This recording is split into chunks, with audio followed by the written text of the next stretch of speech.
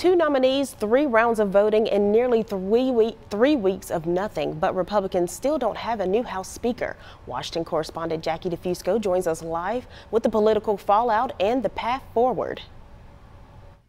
Star, Republicans going back to square one this weekend after their first 2 choices for the next House Speaker. Congressman Jim Jordan and Majority Leader Steve Scalise came up short. And this ongoing showdown is slowing down an already unproductive Congress.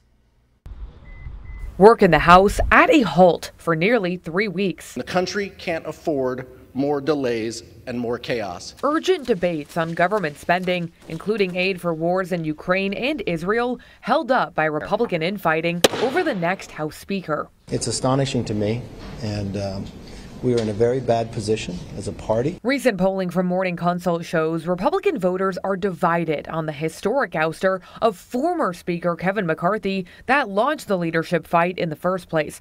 According to their analysis, the GOP's recent gains in voter trust have yet to take a hit. But that could change. The longer this drags on, the closer we get to not funding the government. And that's something voters will take note of. Catholic University professor Matthew Green studies the history of congressional leadership. Could the speakership be permanently changed by this showdown? It's crises like this that often lead to institutional change, but it's really too soon to say. Amid gridlock, talk of a bipartisan governing coalition emerging, but Green thinks it's unlikely. To some, it's the equivalent of cooperating with the enemy. Political division on display as the 118th Congress is already on track to be the least effective in recent history, with only 19 laws enacted in its first 9 months. Both sides of Capitol Hill are unpopular. Democrats in Congress and Republicans in Congress have favorability ratings underwater.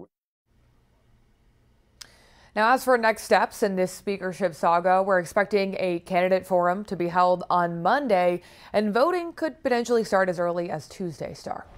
And Jackie, there has been talk of a temporary solution to keep the wheels turning in the House. Now, is that gaining any traction? It remains to be seen, Star. Congressman Patrick McHenry, who has been serving as a temporary speaker in the meantime, the thought is he could get some additional power and basically allow the House to keep moving while they continue to seek out a more permanent leader. McHenry hasn't been overly enthusiastic about that solution, let's say, and also some Republicans have outright rejected it. So it does look like in the immediate future, at least, the focus is going to be trying to find a new consensus candidate. There are nearly a dozen folks who have either formalized their bid for speaker or have said that they're thinking it over. So it's going to be a crowded field. We'll see if anybody can emerge, Star, and get the votes they need. All right. Thank you so much, Jackie.